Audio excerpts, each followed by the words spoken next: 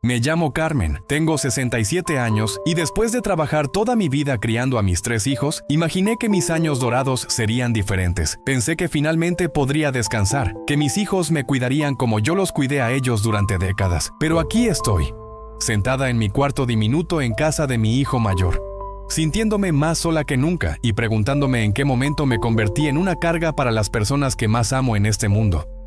Pero antes de contarte cómo llegué a esta situación y lo que descubrí sobre mí misma en el proceso, cuéntame desde dónde me estás escuchando y no olvides dar like y suscribirte. Especialmente si alguna vez has sentido que tu familia te ve como una obligación más que como una bendición. Todo comenzó hace 3 años cuando mi esposo Roberto murió después de una larga batalla contra el cáncer. Habíamos estado casados 42 años y de repente me encontré completamente sola en una casa que se sentía demasiado grande y demasiado silenciosa. Durante los primeros meses después del funeral, mis hijos fueron increíblemente atentos. Daniel, mi hijo mayor, venía todas las tardes después del trabajo. Mónica, mi única hija, me llamaba cada mañana para preguntarme cómo había dormido. Y Javier, el menor, pasaba los fines de semana conmigo viendo películas y ordenando comida china como solíamos hacer cuando era adolescente. Al principio pensé que esta nueva dinámica familiar era hermosa. Después de años de ser yo quien cuidaba a todos, finalmente era mi turno de recibir cuidados. Pero poco a poco, conforme pasaban los meses, comencé a notar cambios sutiles. Las visitas de Daniel se volvieron más cortas y menos frecuentes. Las llamadas de Mónica empezaron a sonar más como obligaciones que como conversaciones genuinas. Y Javier comenzó a inventar excusas para no venir los fines de semana. La primera señal real de que algo estaba mal llegó durante una cena familiar en casa de Daniel. Estábamos todos reunidos celebrando el cumpleaños de mi nieta Sofía, cuando escuché una conversación que no debería haber escuchado. Me había levantado para ir al baño cuando oí voces desde la cocina. Era Daniel hablando con su esposa Patricia. «No sé cuánto tiempo más podemos seguir así», decía Daniel con voz cansada. «Mamá necesita más atención de la que podemos darle, y Sofía tiene exámenes finales, y tú tienes el proyecto de la oficina». «Lo sé», respondía Patricia, «pero tampoco podemos abandonarla. Es tu madre». «No estoy hablando de abandonarla, estoy hablando de encontrar una solución más práctica. Hay lugares muy buenos donde podría estar mejor cuidada». Me quedé paralizada en el pasillo, sintiendo como si me hubieran dado una cachetada. ¿Lugares? ¿Se referían a un asilo? ¿Ya me veían como una carga tan pesada que estaban considerando deshacerse de mí? Regresé a la mesa fingiendo que no había escuchado nada, pero esa conversación cambió todo para mí. De repente cada gesto de cariño se sentía forzado, cada invitación sonaba como una obligación, cada «¿Cómo estás, mamá?», parecía una pregunta que hacían porque tenían que hacerla, no porque realmente quisieran saber la respuesta. Los meses siguientes fueron una montaña rusa emocional. Yo intentaba ser la madre perfecta, la abuela perfecta, la suegra perfecta. No quería quejarme de nada, no quería pedir ayuda, no quería ser una molestia. Pero entre más trataba de ser invisible, más me sentía desapareciendo. Un día, mientras organizaba las fotos familiares que había acumulado durante décadas, me di cuenta de algo devastador. En todas esas imágenes, yo era el centro de la familia. Yo era quien organizaba las reuniones, quien cocinaba para todos, quien recordaba los cumpleaños, quien mediaba en las peleas, quien consolaba en los momentos difíciles. Pero ahora, sin Roberto a mi lado y sin mi papel de matriarca activa, me había convertido en algo que no sabía cómo ser. Una espectadora de mi propia familia. La situación llegó a su punto crítico durante las fiestas navideñas. Tradicionalmente, la Nochebuena siempre se celebraba en mi casa.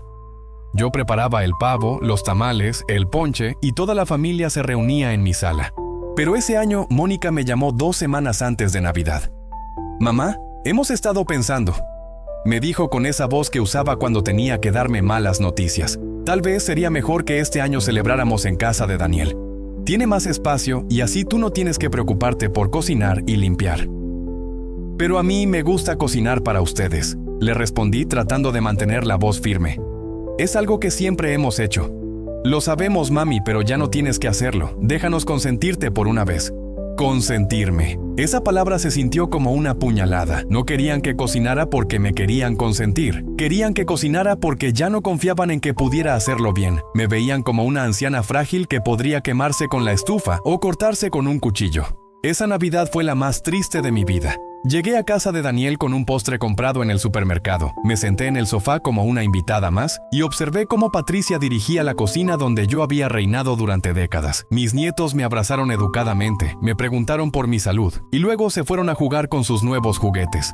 Mis hijos me incluyeron en las conversaciones, pero podía sentir que estaban actuando, que estaban siendo amables conmigo de la misma manera que serían amables con una tía lejana que visita una vez al año. Esa noche, acostada en mi cama vacía, tomé una decisión que cambiaría todo. Ya no podía seguir viviendo así, sintiéndome como una carga, como una obligación, como alguien a quien había que tolerar por educación. Necesitaba encontrar una manera de recuperar mi lugar en la familia, o necesitaba encontrar la paz de saber que tal vez era hora de buscar mi propio camino. Pero lo que descubrí en los meses siguientes no fue lo que esperaba.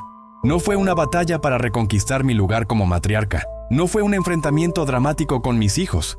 No fue una decisión sobre si irme a un asilo o quedarme en casa. Lo que descubrí fue algo mucho más profundo y mucho más transformador sobre lo que significa envejecer con dignidad. Sobre la diferencia entre ser querida y ser necesitada. Y sobre cómo a veces las personas que más amamos son las que menos entienden lo que realmente necesitamos. La revelación llegó de la manera más inesperada. Fue durante una tarde lluviosa de febrero cuando mi vecina Esperanza tocó mi puerta.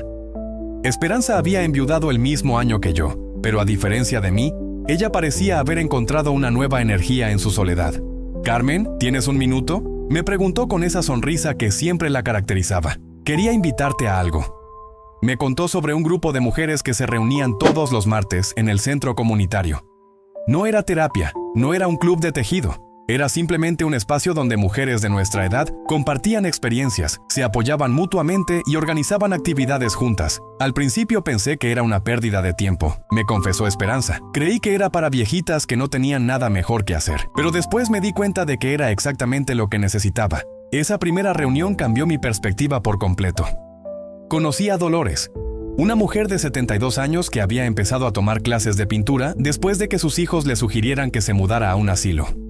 Conocí a Luz, de 64 años, que había abierto un pequeño negocio de repostería desde su cocina cuando se sintió invisible en su propia familia. Y conocí a Remedios, de 69 años, que había decidido viajar por primera vez en su vida después de darse cuenta de que había pasado décadas esperando el momento perfecto que nunca llegó. El problema, me explicó Dolores durante una de nuestras pláticas, es que nuestros hijos nos ven como éramos cuando ellos eran pequeños. Para ellos, siempre seremos la mamá que los cuidaba, que los protegía, que resolvía sus problemas. No pueden vernos como mujeres independientes que todavía tenemos mucho por vivir. Y sus palabras resonaron en mí como campanas. Durante meses me había sentido rechazada por mis hijos, pero tal vez el problema no era que no me quisieran, tal vez el problema era que ninguno de nosotros sabía cómo navegar esta nueva etapa de nuestras vidas. Decidí tomar acción, pero en lugar de confrontar a mis hijos con reproches o lágrimas, elegí un camino diferente. Empecé a construir mi propia vida, independientemente de lo que ellos esperaran de mí. Me inscribí en clases de computación en la biblioteca local, aprendí a usar redes sociales y me conecté con primas que no había visto en años. Comencé a ir al mercado los sábados por la mañana, no porque necesitara algo específico, sino porque me gustaba la energía del lugar. Me uní a un grupo de caminata para personas mayores y descubrí que mi cuerpo de 67 años era más fuerte de lo que había creído. Pero el cambio más significativo fue interno. Dejé de esperar que mis hijos llenaran el vacío que había dejado Roberto. Dejé de buscar en ellos la validación que necesitaba para sentirme valiosa. Dejé de medir mi autoestima por la frecuencia de sus llamadas o la duración de sus visitas. La transformación no pasó desapercibida. Una tarde, Daniel llegó a mi casa sin avisar y me encontró arreglando el jardín que había descuidado durante meses. «Te ves diferente, mamá», me dijo con una expresión que no sabía cómo interpretar. «Te ves, no sé, más feliz». «Me siento diferente», le respondí sin dejar de podar mis rosas. «He estado redescubriendo quién soy además de ser tu madre». Esa conversación abrió una puerta que había estado cerrada durante años. Daniel me contó sobre sus propios miedos, sobre cómo la muerte de su padre lo había aterrorizado, porque se dio cuenta de que algún día también me perdería a mí. Me explicó que sus comentarios sobre lugares más apropiados no nacían del desprecio, sino de la preocupación genuina por mi bienestar. «Pensé que si estabas en un lugar con profesionales, con gente de tu edad, estarías mejor cuidada», me dijo con lágrimas en los ojos. «Nunca quise que te sintieras como una carga».